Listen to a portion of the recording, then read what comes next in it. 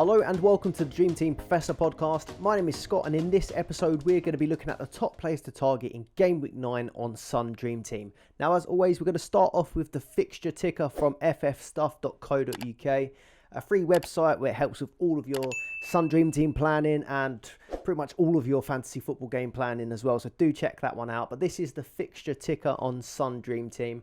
Now, I've gone from Game Week 9 all the way through to Game Week 11. You can move the little arrows along the top and it tells you how many games each team is playing. And it's a double game week. Well, there's a couple of double game weeks coming up, so there's quite a bit of variance in how many fixtures each team has. So we're going to go through these one by one. So there's teams that have between Game Week 9 and Game Week 11, 6 fixtures. And this is made up of European fixtures and Carabao Cup fixtures, as well as the Premier League. And those teams that have 6 fixtures are United, Arsenal, Liverpool, Newcastle and West Ham.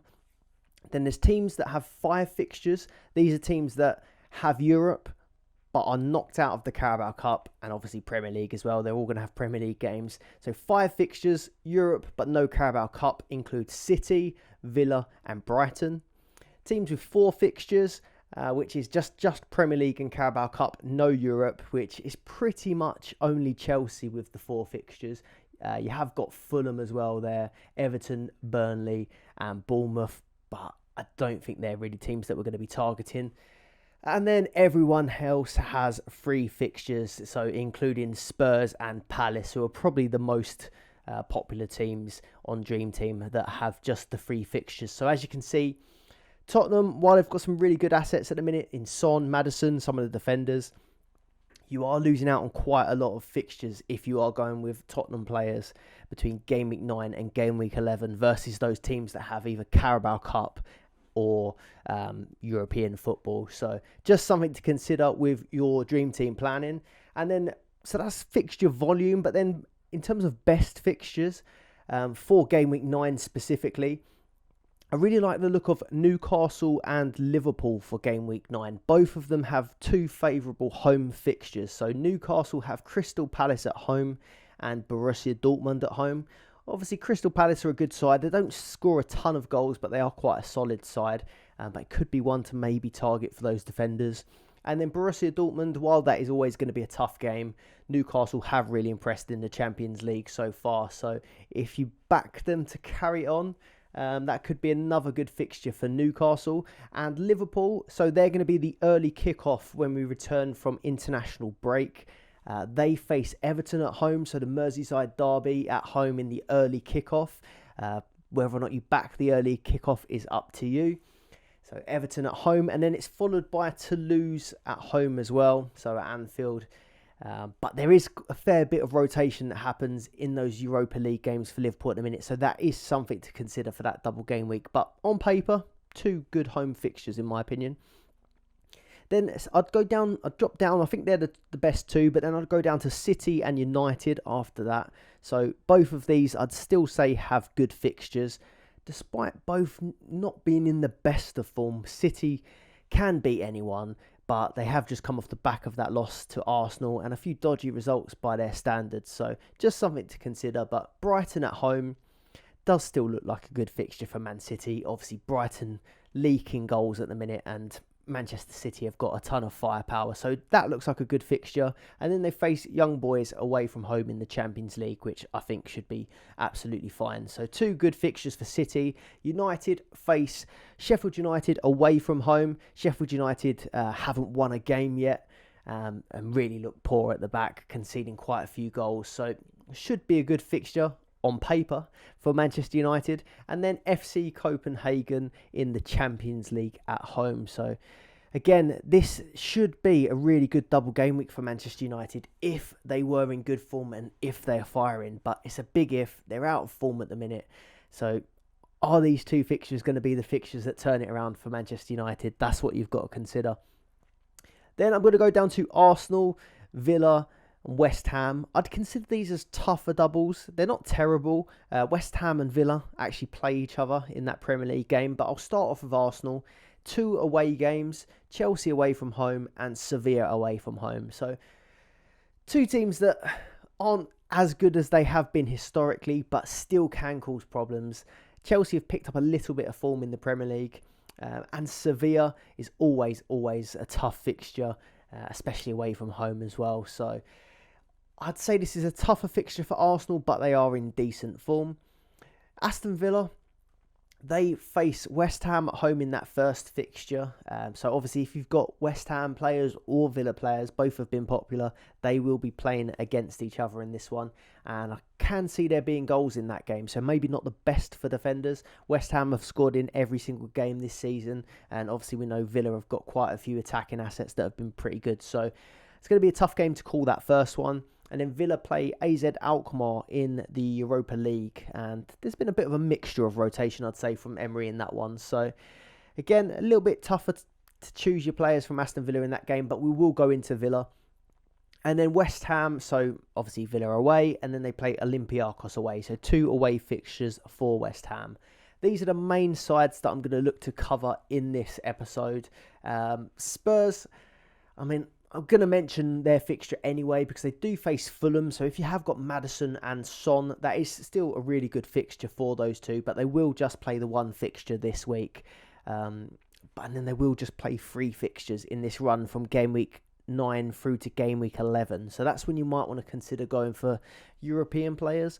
But James Maddison has been playing really well and scoring really well on Dream Team. So I wouldn't be too against keeping hold of him. He's not in my team at the minute, but I can see the argument for keeping him. And I'm going to narrow it down as well on this next slide. So again, fixtures from FF stuff. You can tick through and narrow down your list of fixtures if you just want to look at certain teams to target. And just looking at more longer term fixtures, so from 9 to 11. Man City, their run still looks good. So I mentioned Brighton and Young Boys. They then play Manchester United away from home, but they only have a single game week in game week 10 because they've been knocked out of the Carabao Cup. But then in game week 11, they have a really good double game week of Bournemouth at home and then Young Boys at home as well. So we'll get an idea of how they do in that away fixture in the Champions League. But in game week 11, that does look like potentially a good week to maybe play one of your boosters, maybe a park the bus potentially if you're looking to have City players in yours. I am going to be playing mine in game week 9, so we'll come on to that in a bit. But again, I can see a really good argument for playing it in 11 or other chips. Maybe if you wanted to bring a 12th man, Haaland or Alvarez, if you didn't have them already, that could be a good week for that. United's fixture run gets a bit tougher after this game week 9. So Sheffield United, FC Copenhagen does look really good. They've got 6 fixtures between 9 and 11. So that double game week, but then it gets tougher in game week 10. So they've got Man City at home in the Premier League and then Newcastle at home in the Carabao Cup. So I'd consider that 2 really tough games in game week 10. And I've mentioned it a few times already, but I think it's probably going to be last chance for Bruno and last chance for Rashford in a lot of players' teams.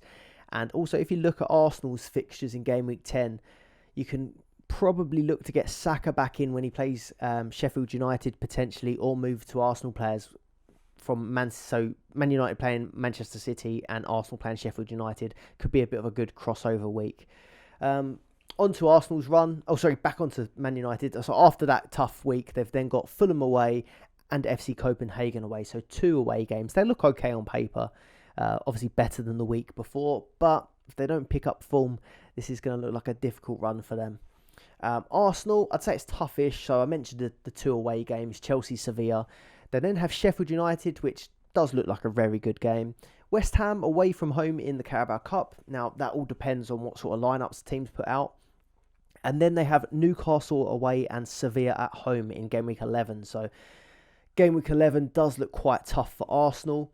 Liverpool's fixtures look brilliant the whole way through, really. So Everton at home, Toulouse at home, one that we're going to probably be targeting quite heavily.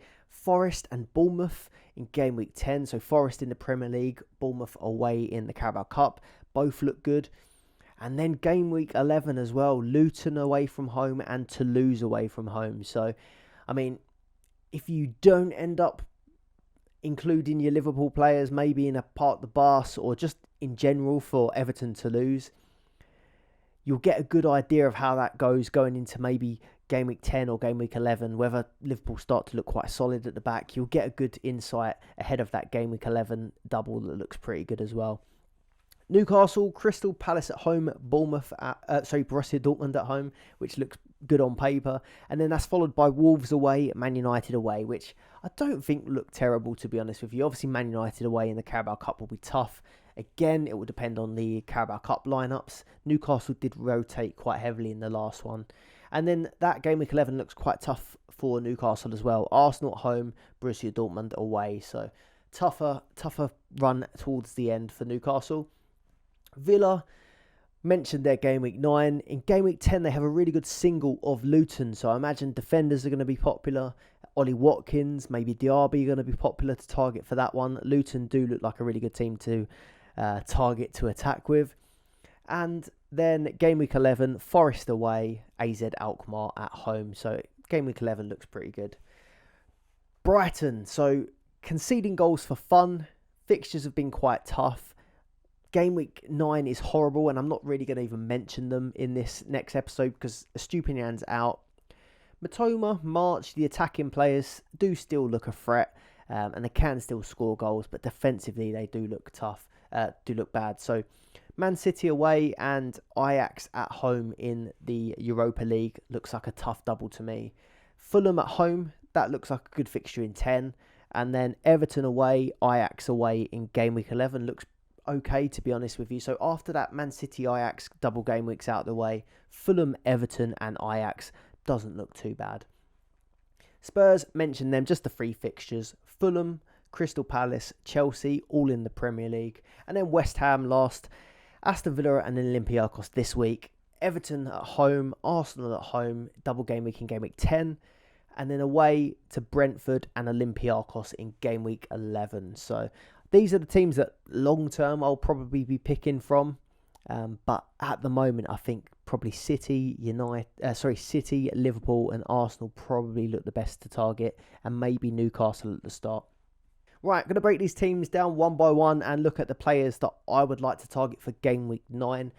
So Liverpool, I'm going to start with Mohamed Salah at 6.5 million. So he did go down in price last week before then scoring a brace against Brighton. Got 14 points, 28 points if you put the armband on him.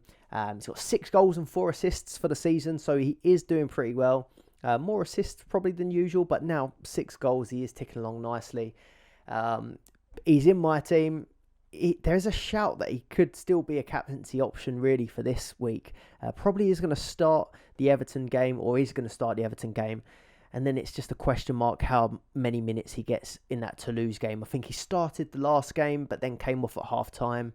And he has featured off the bench as well previously. So probably a game and a half or a game and 20 minutes, somewhere like that, is probably what we can expect in this double.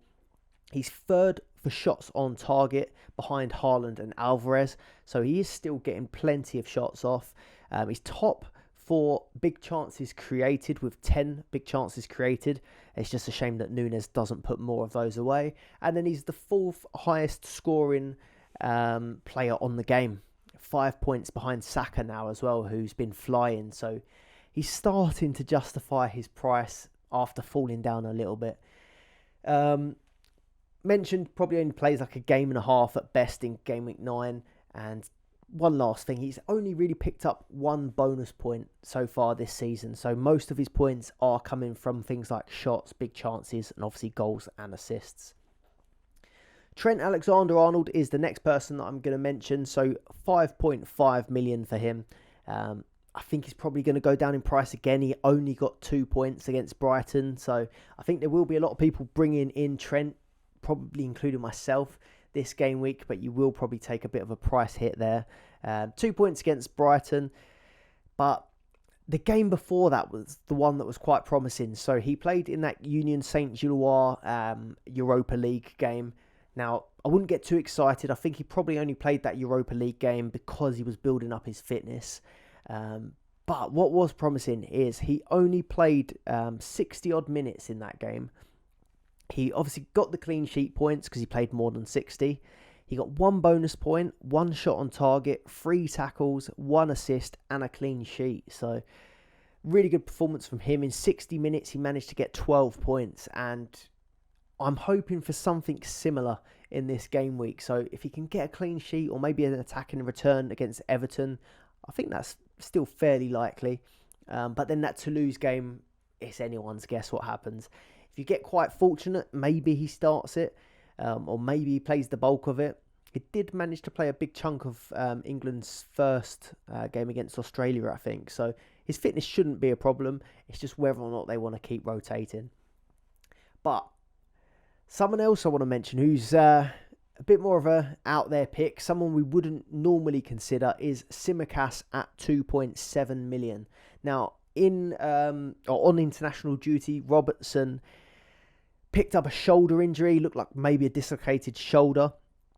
And there's actually been news out since I made these slides just a couple of hours ago. About 35 minutes ago, it says, I'm just reading this off Fantasy Football Scout, but they've given the credit to at Maddock Mirror. Reports suggest that Andrew Robertson is set to be sidelined for up to 10 weeks with surgery a possibility. So Robertson, the first choice left back for Liverpool, looks like out for quite a long time, which means Tsimikas is usually the replacement left back. Tsimikas has been playing left back in the Europa League and in the Cups, and he's been doing quite well, to be honest with you.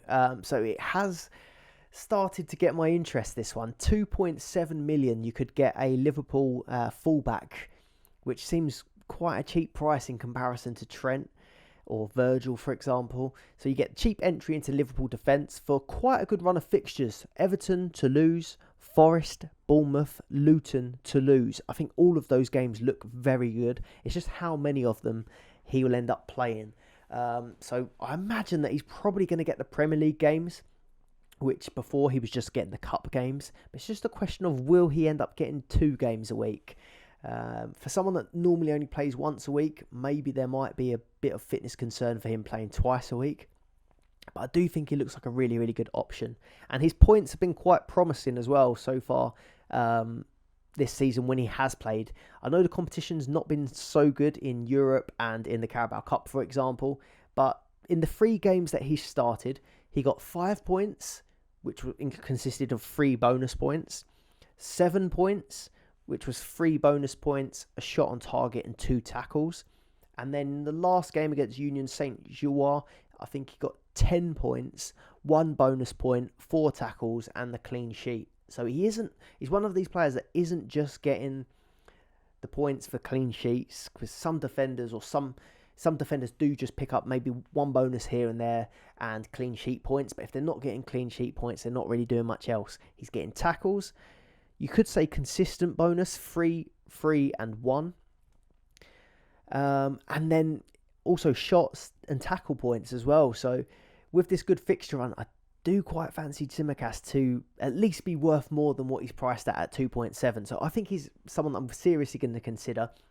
I did look on Twitter and I tried to basically find what Liverpool fans are saying, because we all have a bit of a different opinion about players based on who our clubs are. And I have seen a few people say that maybe Gomez could fill in at left back, or the argument was that Robertson's been playing a little bit deeper to let Trent go forward, and at times it could form like a back 3. So they were saying that maybe Gomez could be that left centre back, and then I don't know, Matip, Konate and Virgil could make up the other central defenders. So maybe there's a possibility that Gomez rotates with him. Maybe Tsimikas just plays Prem and Gomez plays left back in the Europa League. But it still does look quite appetising to me. So one thing to note, this Liverpool game will be the early kickoff on Saturday, 12:30.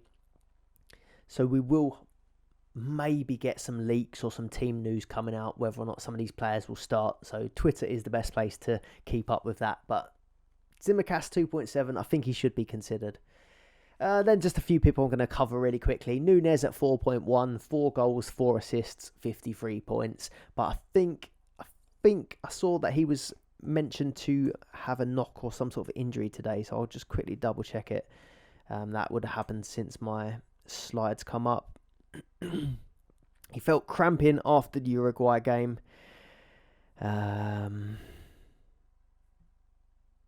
Suffered with cramp late on against Brazil, coupled with a long flight back, therefore making him unlikely to start against Everton on Saturday. So Darwin Núñez seems a bit of a risk. Luis Diaz, 3.7, 3 goals, 1 assist, 43 points. He's looking quite dangerous at the minute. And then Szoboszlai is someone else I like at 3.8 million. 2 goals, 2 assists, 55 points. And he's got 12 bonus, so he's doing pretty well for bonus, and he does quite well for tackles as well. Premier League Injuries.co.uk, I think it's called. Premier League Injuries.com. That's a good one to check because Liverpool seem like they've got a few. I did notice that Jota is potentially due back from suspension, or is due back from suspension this weekend, and also Gakpo, apparently there could be a chance that he'll be back. They've got him as 25% likelihood of playing. On to Newcastle. So Crystal Palace, Bournemouth, I've said it again, Bournemouth. Crystal Palace and Borussia Dortmund are the 2 Game Week 9 fixtures. And I'm going to say Kieran Trippier at 5.6 is an obvious one. But he's got 6 assists so far this season. He picked up his 6th assist of the season against West Ham. Had 9 assists last season. So I can see him beating that hands down, especially with European fixtures added on top of that. He did just get the 1 bonus point in the last game. I think they played West Ham.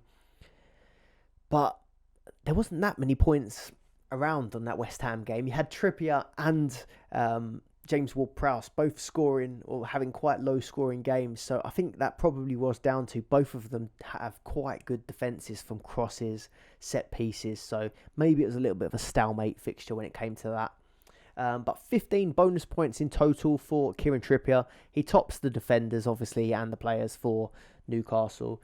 But there are some other good options for maybe a defensive double-up if you're looking to really target these 2 fixtures. Or even Game Week 10, Wolves Man United does look fairly good as well.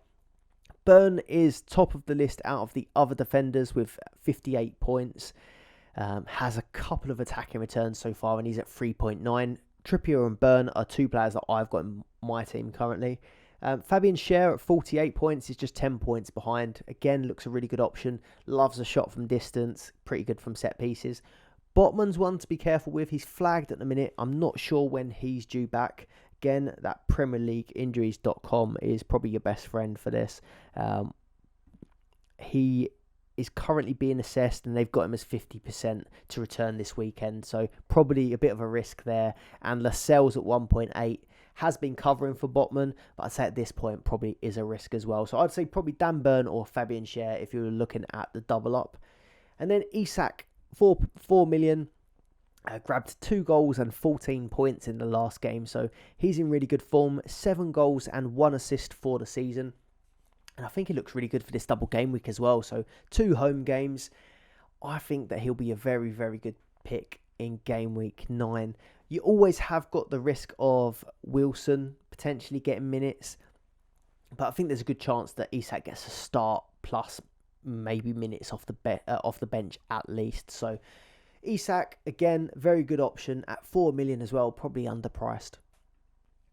If you're enjoying this video so far, please do leave a like and subscribe to the channel if you're not already. Do give us a follow on podcast platforms as well if you're listening on the audio.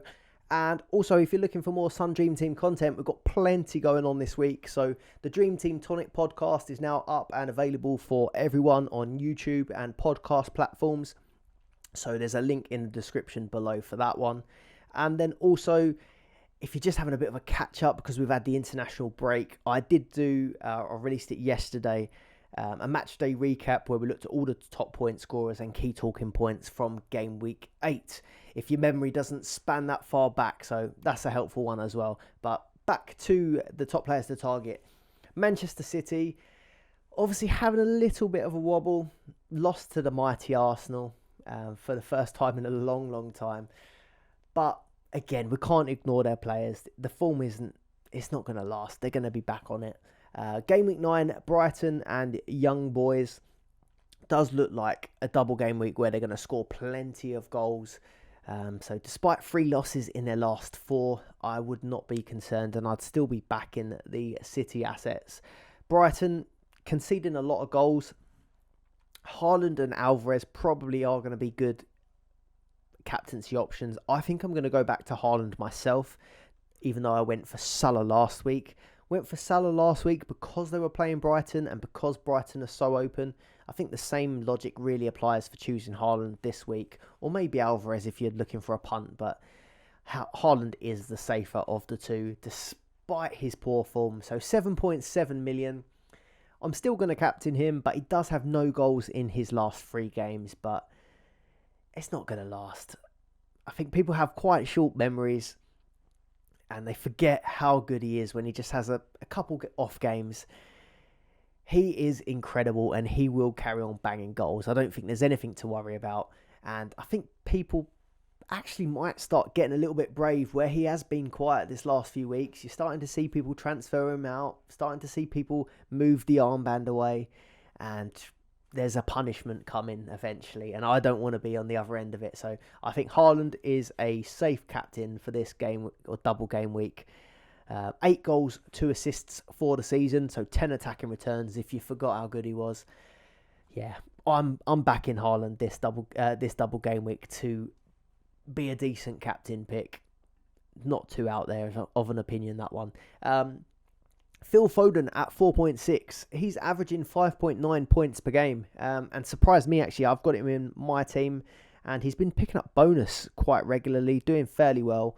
Even managed to pick up 7 points in that game against Arsenal without really doing too much. Tidy player. Quite a lot of dribbles. I think that is what was getting the bonus points in that game. 14 bonus so far for the season is impressive. And 2 goals, 4 assists. I think he will add to that quite soon with these fixtures coming up. Brighton, Young Boys, Manchester United, then that double that's at home in game week 11, which looks good.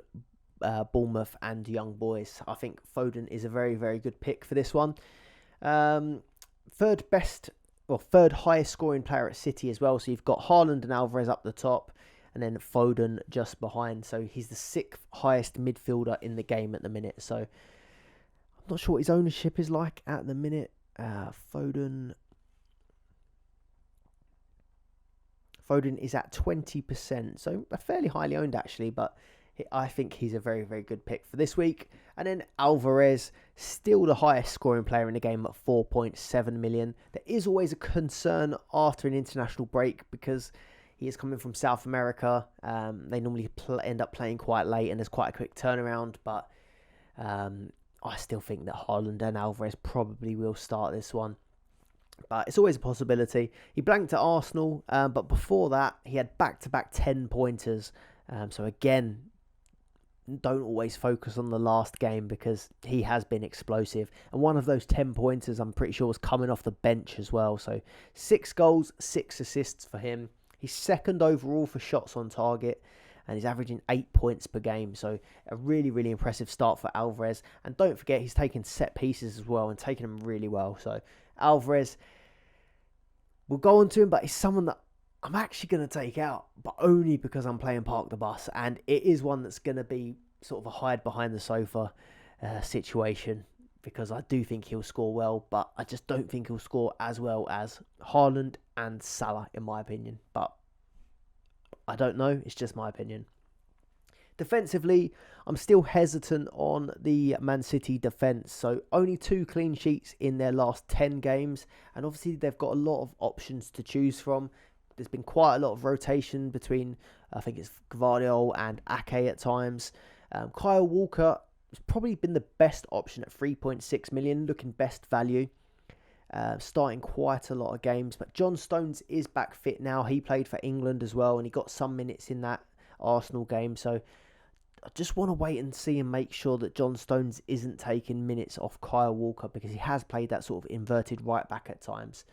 So I think I'd wait and see how they use Stones in this double game week, or how much Walker plays. And then in game week 11 for those 2 home games, if it's looking like Walker's still playing every game, I think game week 11 does look really good. On to Arsenal, my team. As you can see, Saka, or a lot of this is going to revolve around injury news and injury latest, and it's a horrible situation to be in because Arteta is becoming a master of mind games. Doesn't give anything away in the press conferences, and he's even sort of putting out false information to try and get people's hopes up. It's an absolute nightmare. So Saka, I think most of us sort of thought he might be back for that Manchester City game. A few reports were coming out in the sort of FPL community and fantasy football community that Saka would make that game against Man City. Apparently travelled in full kit on the bus with the team and all that stuff, but wasn't in the squad. So he's marked for a potential return this weekend on that PremierLeagueInjuries.com website. And the latest was that he continued his rehab at Arsenal over the international break after being sent home by England. But if he does end up playing, I do think he's a really good option. It's just whether or not you want to take the risk on it. Chelsea away, Sevilla away. I think they look like good fixtures for attacking players, definitely Arsenal. But it's just the defence I'm not so sure on. But by game week 10, if he is back for that Sheffield United game, I'll definitely want him for that one. So 5 goals, 5 assists, third highest scoring player in the game. But it just comes with a bit of a risk because I don't know how much injury news we're going to get out of Arteta. And the same applies to William Saliba, who is in my team. He's flagged also with a toe injury. Again, he's marked for a potential return this weekend. Didn't go on international duty. But I'm just not sure we'll hear news before the deadline. This one didn't sound as serious as the Saka one, though. Apparently, it is something he's been carrying for a little while. And I don't know if it was a rumour or something that I heard on a podcast. I listened to quite a few Arsenal podcasts, but I'd heard that he sort of might have had the painkilling injections before the City game. So maybe just that little bit of a break over the international break. Hopefully, fingers crossed, he'll be back for that Chelsea-Sevilla game. But it will give me a decision to make as he is in my team. On the attacking side of things, though, Martinelli at 4 million came back in that City game off the bench and was the hero, scoring the only goal of the game. He got 8 points in this one. He's averaged 4.7 points per game so far this season, but has been injured for the last 5. Just a 1 goal and 2 assists for him. But I do think that this looks like a potential good run of fixtures for Martinelli, with Trossard potentially out with a hamstring injury. So Martinelli on the left-hand side could look good. And I'm really excited to see Martinelli, Gabriel Jesus, and Saka all playing together, because they haven't had that many minutes together. There always seems to be one injured. So if we can get all 3 of those fit, I think they're all going to be really, really good options. Jesus at 5.1 million. I do think he'll be a really, really good option. Just until we know Saka is back and he's playing as centre forward, I don't think he justifies 5.1 million. Has done a job on the right hand side, but just doesn't look as dangerous. But if he's at centre forward for this run, he is someone that I would be considering. Last thing that I'm going to mention, in terms of defenders, we've mentioned Saliba. As alternatives, obviously Ben White looks pretty good at right back. Zinchenko is back playing at left back, but I just don't think he seems to really score that well on Dream Team at the minute. But Gabriel has been doing really well for point scoring. The only thing I'm a little bit concerned about is we've got Thomas Partey back fit. And at the start of the season, I don't know if you remember, but there was this whole thing about Thomas Partey was ending up playing right back. Gabriel was left out of the team. Maybe it was transfer related or maybe it was tactical. I'm just a little bit wary of what we do with Thomas Partey, because we've got Jorginho and Rice playing in that City game. Obviously, Rice can play as that sort of lone 6. So it just means, what do we do with Partey when Rice is in the team? Does Rice push on as left 8? Or does Partey plays sort of as the pivot? Or will we see some experimenting again, maybe for the games like Sheffield United, where Thomas Partey then plays at right back again, and maybe Ben White goes at centre back and Gabriel drops out? I don't know. Arteta is a tricky customer like that, so I'd just maybe have a little bit of caution on the Gabriel one. Last but not least, Raya, 3.6 million. I think it's time to maybe start considering Raya at 3.6 million. He's got 4 clean sheets from 6 games. Might have been a bit lucky in that City game, had a couple of wobbles, but I do think he is someone to seriously consider. Chelsea and Sevilla could be okay. Sheffield United looks good. West Ham in game week 10 is a Carabao Cup game. I think that game is definitely going to get given to Ramsdale. Then Newcastle and Sevilla again. So I do think that Raya could be worth considering for a sort of double game week playing when it comes to Europe anyway, goalkeeper.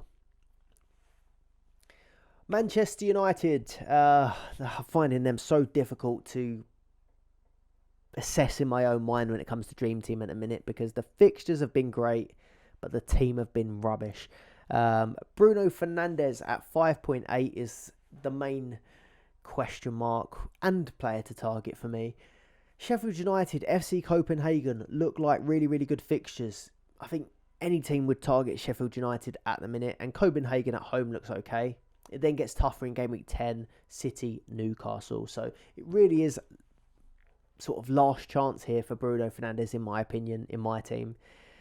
But has he been as bad as we've all made out in the Dream Team community? So only 2 goals, 2 assists so far, and he's dropped all the way down to 5.8 million. So he's taken a big hit in price. Just the 4 attacking returns, you'd expect better. He's 11th highest mid, so you'd expect better from that as well. Quite underwhelming for the price. But when you look a bit deeper, he's 6 points behind Foden in 6th, as like 6th highest midfielder, which then doesn't sound so bad. Just the 16 points behind Ødegaard in 3rd, which 16 points this season isn't massive. You can do that in a game. Ødegaard has a bad game. Bruno scores and gets a few points here and there. He's going to get 15 points. Then the gap is not much. So it just maybe isn't as bad as we first think. Maybe we should give him a bit more of a chance. Out of the midfielders, he's 4th highest for shots on target. He's 1st for big chances created. And 21 tackles is right up there. It doesn't put him in the top 10 or anything, because that's mostly like DMs at the minute.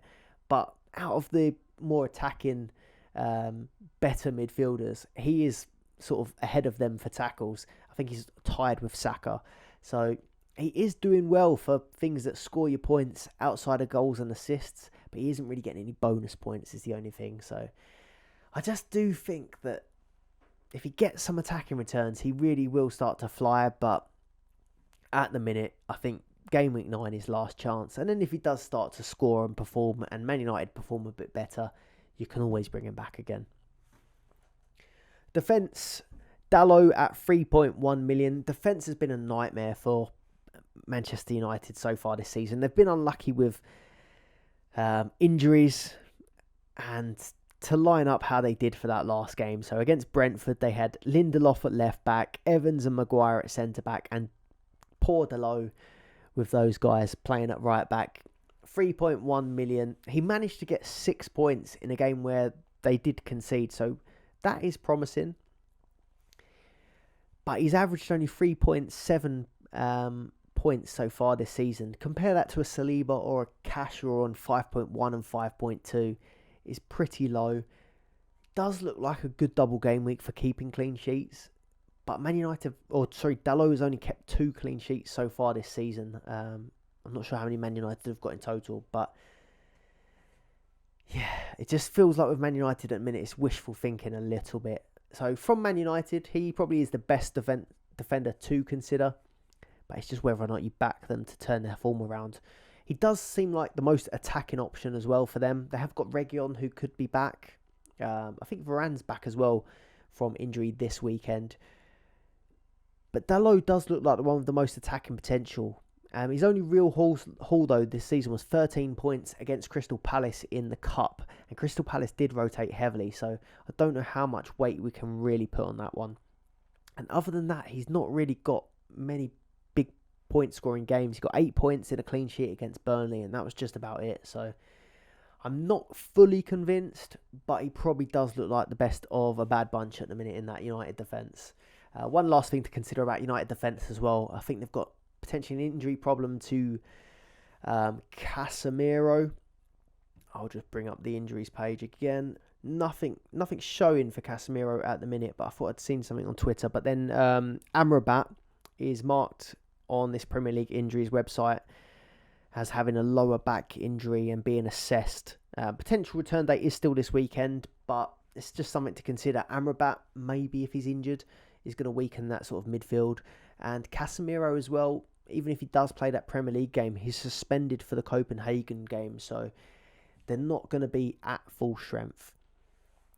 Then I'm going to go on to Rashford at 5.5 million. Well taken goal for England, so maybe he's found his shooting boots, but he hasn't really had his shooting boots on this season so far. He's only managed 7 shots on target, which is pretty poor. Joint 30th overall for shots on target, Marcus Rashford. So a lot of ballooning it over the bar so far.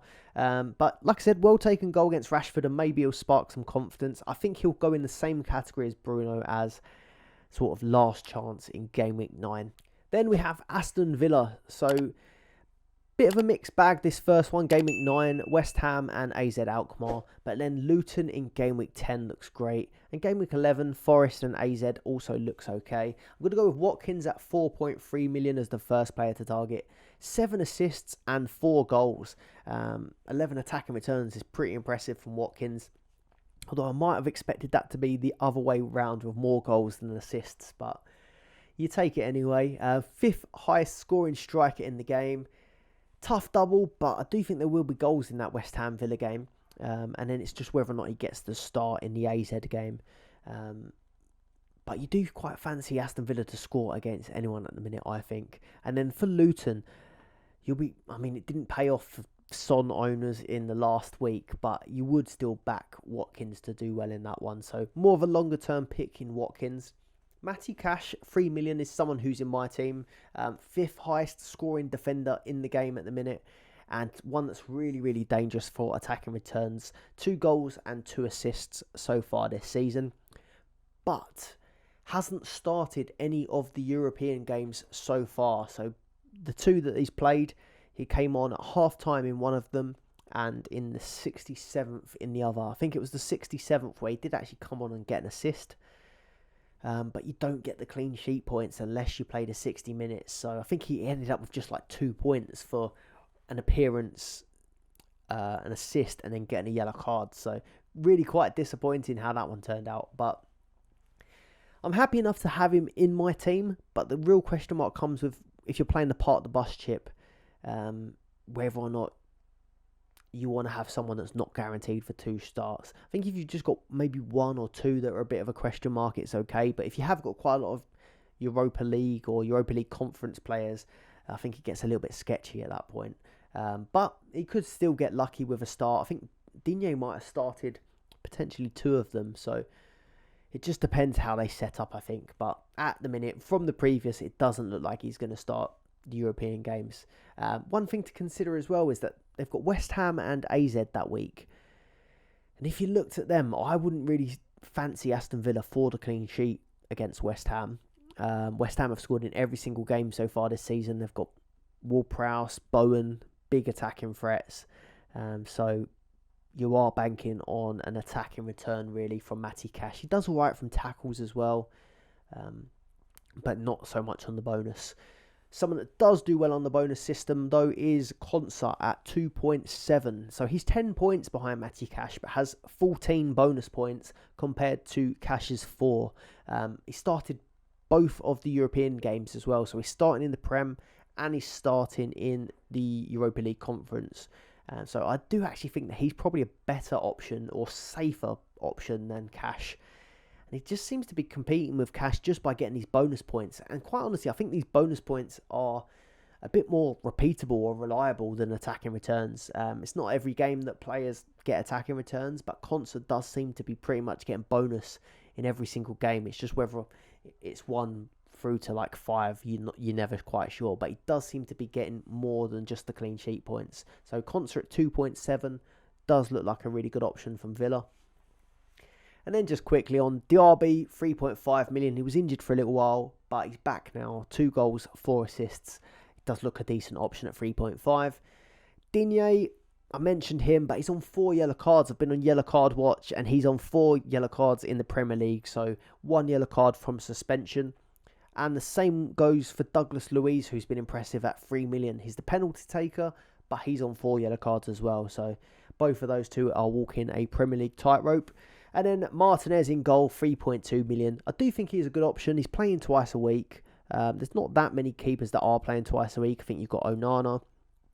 Raya is playing the Champions League games and the Premier League games, and I think that he looks a good option, I just mentioned. But then Martinez does have that Luton fixture to keep an eye on. Luton don't look good going forward at all. But then Raya has Sheffield United, so I think it's a tough call between the two of them.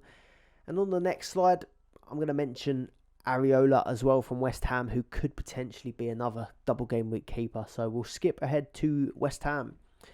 So West Ham again, they face Villa. They've got Olympiacos as well, which is a tough fixture in 9. But West Ham have been so good in the Europa League so far, or last season as well, actually. I'm not fancying their defence really for game week 9. 2 away games. I think Villa score. And I just remember Olympiacos being a tough game for Arsenal as well over the years. So I think that looks like a tough double game week. They then have Everton and Arsenal. Arsenal being the Carabao Cup game. And then Brentford, Olympiacos again. So a bit of a mixed bag, this one. But really not fancying the defence. But they've got some good attacking options. So Bowen at 4.8. 5 goals, 2 assists. I think he's a good shout. 5th highest scoring midfielder in the game. And I think West Ham will carry on scoring goals in this run. So it's just the defence I'm worried about. Also started striker in the last Europa League game. I don't know if that's going to be something regular. I think Antonio might have been missing for it. But we have seen Moyes talk a bit more recently that Bowen can be an option as striker. So maybe it is something they might want to try out in Europe. We'll have to see. But 4.8 million seems like a good price for Bowen. But someone that seems better value is Ward-Prowse at 4.3. Very good price, I think that is, for the 4th highest scoring midfielder in the game. 2 goals, 6 assists. No risk of rotation, and he's pretty much been playing 90 minutes every game as well, so really impressive. He did just get the 4 points against Newcastle, but as I mentioned earlier, that West Ham Newcastle game, apart from I think Isak, there weren't a ton of points really in that game, so I think Ward-Prowse will be back to his best in this run, putting in those crosses, the free kicks, and just getting a ton of points. I think he's a really good pick. And then Areola, who I mentioned, 2.3 million. So he's not usually the European goalkeeper. Well, he was last season, but they sort of switched over who plays the Premier League and who plays in Europe. Fabianski has played the Premier League so far. But he's on the Premier League injuries website as having a knock at the moment. And his return date is this weekend, so it could be a bit risky. But maybe just keep your eye on it. 2.3 million. It's a decent price if he is playing twice a week. Lastly, Sofal at 2.7 million. He's on 4 assists. And he's just looked pretty good so far at right back. Emerson, though, appeared in my 4 yellow card list. So despite having 4 assists, Emerson looking really good on the left-hand side. He's 1 away from suspension. And Paqueta also is 1 away from suspension. 4 yellows. And I just don't think we can trust him with his yellow cards at the minute. So Paqueta, I wouldn't be picking him. Right, on to the fun bit, which is my plans for game week 9.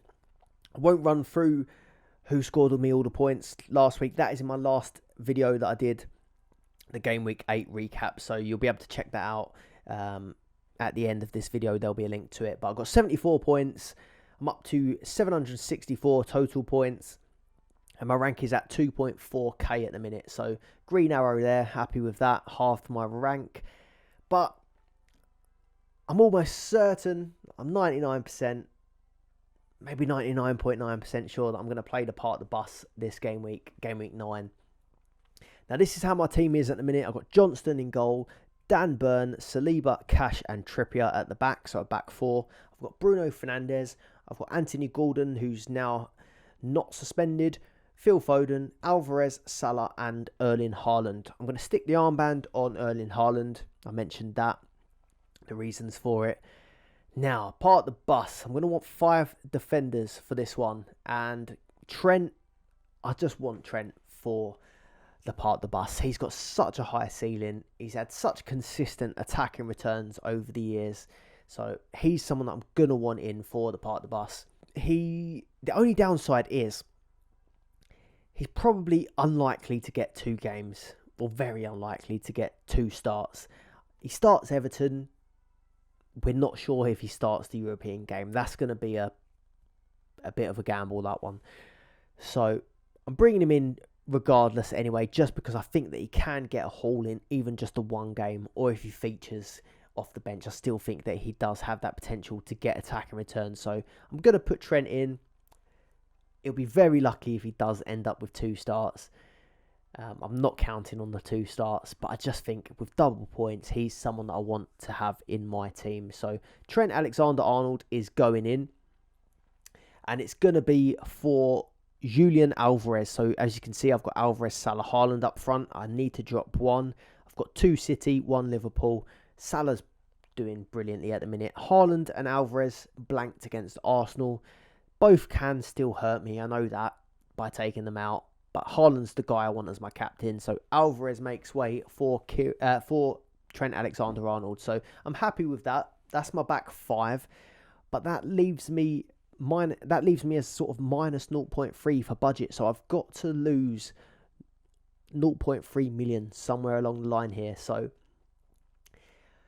let's look at my defence. So Kieran Trippier, obviously he's going to be in the part of the bus. So Kieran Trippier stays. Big Dan Burn, I've planned to have him especially for this double game week. I think Crystal Palace and Dortmund looks like 2 home fixtures. I'm backing these guys for clean sheets. Burn for the clean sheets, and he has had a couple of attacking returns, but Kieran Trippier especially for the attacking returns as well. So these 2 stay, and they're probably guaranteed 2 starts, you'd like to think. Saliba and Cash are the 2 that I need to decide between. I'm bringing in Trent. So either Saliba or Cash has to be downgraded by 0.3 or more. And then Phil Foden is someone that I did sort of look at as another alternative. If I didn't want to take out Saliba and Cash, I could do Foden, maybe down to Martinelli. But I don't like the fact that I'm taking a risk of taking Alvarez out. If City do go mad, I've still got Foden and Haaland. So I think I'm putting myself at too much risk by taking Foden out as well. So I'd like to keep 2 City players in there. So between Saliba and Cash, I have to lose 0.3. So Saliba, he's got a bit of a low ceiling, so he only really scores well when Arsenal are keeping clean sheets. I think that tops out at around 8 points, I think, if he gets the clean sheet. And he seems to pick up like 1 or 2 bonus points max. So not really expecting attacking returns for him. But the pros, he is nailed. He gets 2 games a week. He will play Champions League and Premier League if he is over his injury. So that's sort of the pros and cons of Saliba. And now with Matty Cash as well, we know he's got a very high ceiling for attacking returns. He's almost the opposite of Saliba, really, in that he's not nailed for 2 games, but he's explosive. He can hit big scores. I was looking back at some of Matty Cash's previous scores, and I mean 4-2, but then 9, 2 again, 9, 1, 4, 1, 16, 10, and -1. Obviously that minus, you can get double minuses in playing part of the bus, which is pretty mad. But Cash, explosive, but I don't think there's going to be clean sheets here, and he's probably not going to play twice a week. Saliba probably plays twice a week. Probably a better chance of keeping clean sheets than Cash, but just not that explosive and potentially flagged for injury. So these are the 2 things that I've got to weigh up. So I've got a couple of options in mind. One last thing I wanted to add as well. Saliba, whoever I take out of these 2, go on to have a really good game week 10 fixture, which is quite frustrating. So Saliba has Sheffield United in game week 10, so you'd want him for that. And then Cash has Luton in game week 10. For that fixture, you'd want Matty Cash as well, so it comes with a little bit of baggage making this move. The guys that I've got my eye on, so if I was to take out Saliba, I would probably look to go for Dalot at 3.1 million. Now, Dalot as an option, I can't go cash to Dalot, it won't make up the money. So Saliba to Dalot would be the one that works there. And I think by doing Saliba to Dalot probably is more nailed for 2 fixtures than the likes of Matty Cash, for example. He's more of a safer pick. The other option I'm looking at is Tsimikas from Liverpool at 2.7 million. I've just mentioned that Robertson could potentially be out for like 10 weeks. So Tsimikas becomes a very good option at 2.7 million. But there's some question marks there, whether or not he plays twice a week, whether he gets to start. We might see team news that he does start. But I do think he is a good option to consider. And then that gives me the Liverpool double up. And he's doing well for bonus and a few other points. So Tsimikas could come in for cash and I keep Saliba, or he could still come in for Saliba, but then I think that leaves me with Cash, Tsimikas and Trent, all not guaranteed 2 starts, which I don't like. So I'm going to just show you a few of these on the screen here. So option A, I'm really just saying Alvarez out for Trent Alexander-Arnold, and then Matty Cash out for Tsimikas. And the reason Cash has been brilliant. I feel bad potentially taking him out because he can get a good score in that first fixture, but I just don't see him keeping a clean sheet against West Ham, so I am relying just on the attacking returns, and then I don't think he gets a start in that second game. Tsimikas, on the other hand, he starts the Everton game, so we're in the same sort of boat with Tsimikas as Matty Cash. I think Tsimikas is probably more likely to get a clean sheet in that one. Then Toulouse, I mean, Tsimikas has been playing in the European games, but there's a question mark now if he plays in the Prem. Does he still play in Europe? Which I'm not sure. It is an unknown. But I do think that Tsimikas looks a good option. And I do like the look of having double Liverpool for this part of the bus option. As I mentioned as well, Tsimikas, so like the 3 games he started, he got 5 points, 7 points, and 10 points. So there are some big scores there. I mean, if you doubled those, they'd be quite good. 10, 14, and 20. But it's just whether or not he plays two games. It's a risk. And then there is also the risk of maybe someone else does play at left centre-back or left-back. There's risks involved in all of these options, I think, at the minute. Option B would be to keep Matty Cash, not have Tsimikas, and bring Dalot in for Saliba. Now, we know Dalot's got sort of good attacking potential. Man United defence hasn't been great, but the fixtures look good. He also looks good for 2 games a week, Dalot. So these are really my 2 options. Option A, keep Saliba, take out Cash. Then I have a back line of Burn, Saliba, Tsimikas, Trippier and Alexander-Arnold as my 5 at the back. I do like the look of that one. Or we get Saliba out. Maybe we do get some leaks that Saliba's not playing. My gut says he does play. But if he doesn't end up playing or I'm worried about it, I can go Saliba out for Dalot. Then I've got Burn, Dalot, Cash, Trippier, Trent. Trippier and Burn are causing me no problems at all. Trent, I'm just expecting the 1 game, and then I won't be too disappointed. But yeah, Cash and Saliba are the 2 real question marks. Let me know which one you think in the comments below is the better option. I'm leaning towards option A at the moment. Burn, Saliba, Tsimikas, Trippier, Trent. Option B, Burn, Dalot, Cash, Trippier, Trent. It's a tough one. I will let you know which one I go with before the deadline. I'll probably put it up as a community post or a YouTube Shorts. Obviously follow me on Twitter as well. I always post my team on there. But YouTube community post is the most likely place I post it, or YouTube Shorts. So do subscribe to the channel if you are not already, and get kept up to date with all the latest stuff I'm putting out. But that is everything for this episode. So thank you very much for watching. If you've enjoyed it, please do leave a like and subscribe to the channel. And if you're looking for more content, Dream Team Tonic podcast is in the link in the description below. And my previous episode be linked somewhere here.